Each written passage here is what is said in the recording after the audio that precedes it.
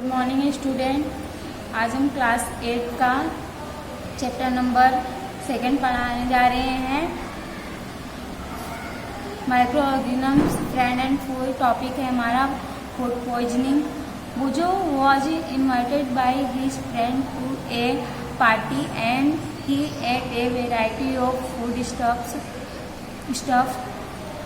बुजो को उसके फ्रेंड ने इनवाइट किया था पार्टी में और वह वहाँ पे जाके बहुत सारे वैरायटी के फूड को उसने खाया, बहुत सारे फूड को उसने खाया। On reach home he started vomiting and had to be taken a hospital. वो इतना ज़्यादा बीमार हो गई कि जैसे ही वो घर पे गई वो इतना ज़्यादा बीमार हो गई, उसे वॉमिटिंग होने लगी और फिर उसके बाद उसे हॉस्पिटल ले जाया गया। The doctor said that his condition could be due to food poisoning. Doctor ने कहा कि उसे फूड पॉइजनिंग हो गया है। तो वहाँ पे जाके इस प्रकार इतना ज़्यादा खाना खा लिया या फिर ऐसे खाने को खा लिया जिससे उसको फूड पॉइजनिंग हो गया।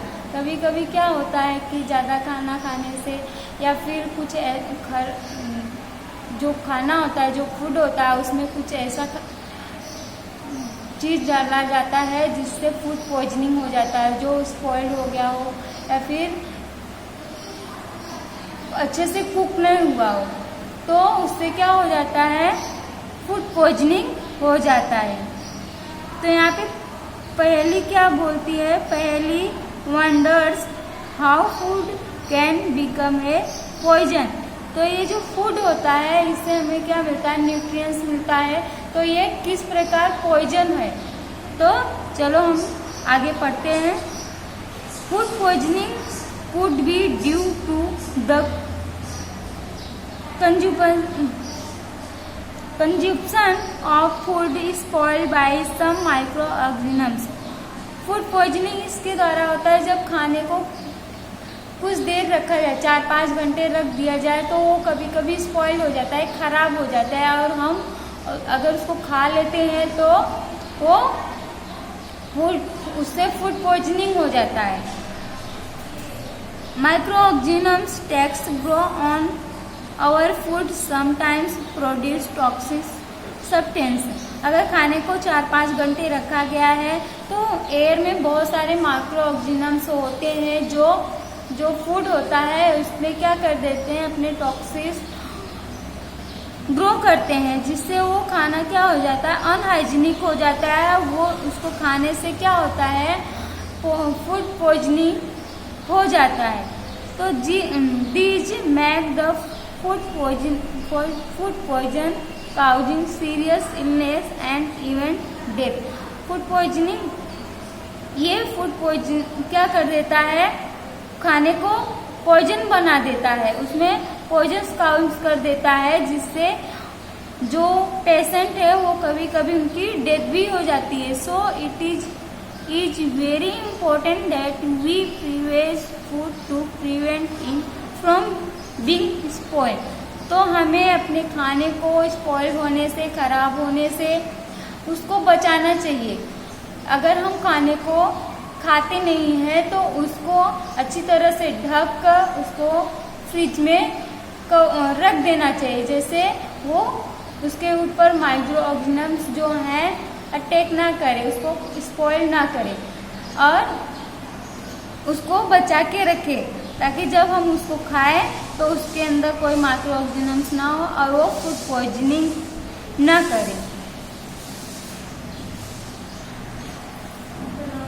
Food preservation. In chapter 1 we have learned about the method used to preserve and store food grains. Chapter 1 में आपने पढ़ा था कि किस मेथड से जो फूड ग्रेन्स है, जो अनाज है, उसको किस प्रकार सुरक्षित रखा जाता है, किस मेथड से रखा जाता है ताकि वो खराब ना हो। जो ताजे ग्रेन्स होते हैं, जो ताजे अनाज होते हैं, जो ताजा क्रूप्स होता है, वो उसमें क्या होता है, बहुत ज़्यादा मॉइस्चर होता है, बहुत ज़्यादा नमी युक्त होता है। तो अगर हम उसको ऐसे ही रख देते हैं, वो क्या हो जाता है, जल्दी से उसके ऊपर फंगस लग जाते हैं या फिर वो खराब हो जाते हैं। तो किस प्रकार हम उसको बचा के रखते हैं, सुरक्षित रखते हैं। How do we preserve cooked food at home. तो उसी प्रकार हम अपने जो कुक्ड फूड है, पका हुआ जो भोजन है, उसको किस प्रकार सुरक्षित रखें। You know that bread left unused under moist condition is attacked by fungus। जो ब्रेड होता है, आपने देखा होगा कि ऐसे ही रखने से, उसमें नमी युक्त या फिर खुले में रखने से उसके ऊपर कितने सारे कवक अटैक कर देते हैं, फंगस अटैक कर देते हैं और वो क्या हो जाता है, खराब हो जाता है। Microorganisms spoil our food. जो माइक्रो ऑर्गेनिजम्स होते हैं एयर में होते हैं, अगर हम खाने को रखते हैं कवर करके, यानी कि ढककर नहीं रखते, तो वो उसमें क्या हो जाते हैं, जो माइक्रो ऑर्गेनिजम्स होते हैं फूड को स्पॉइल कर देते हैं, खराब कर देते हैं। स्पॉइल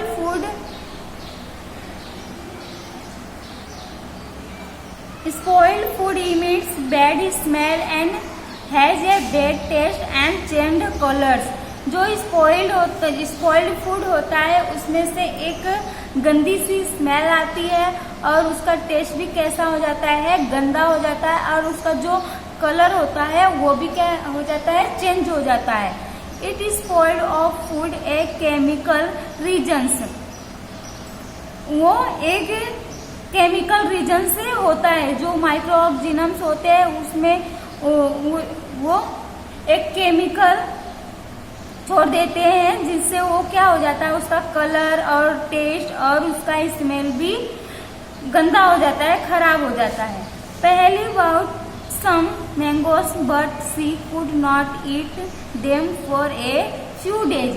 जो पहली है वो कुछ मैंगोस खरीदती है, लेकिन उसको वो कुछ दिनों तक खाती नहीं है।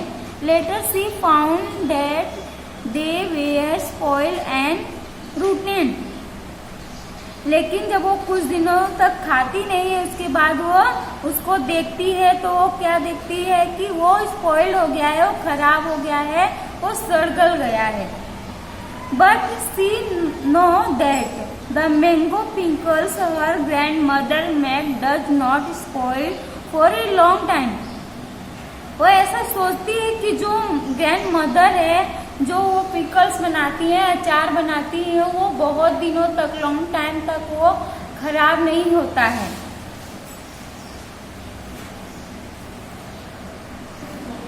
सी कंफ्यूज। जो पहली वो कंफ्यूज हो गई कि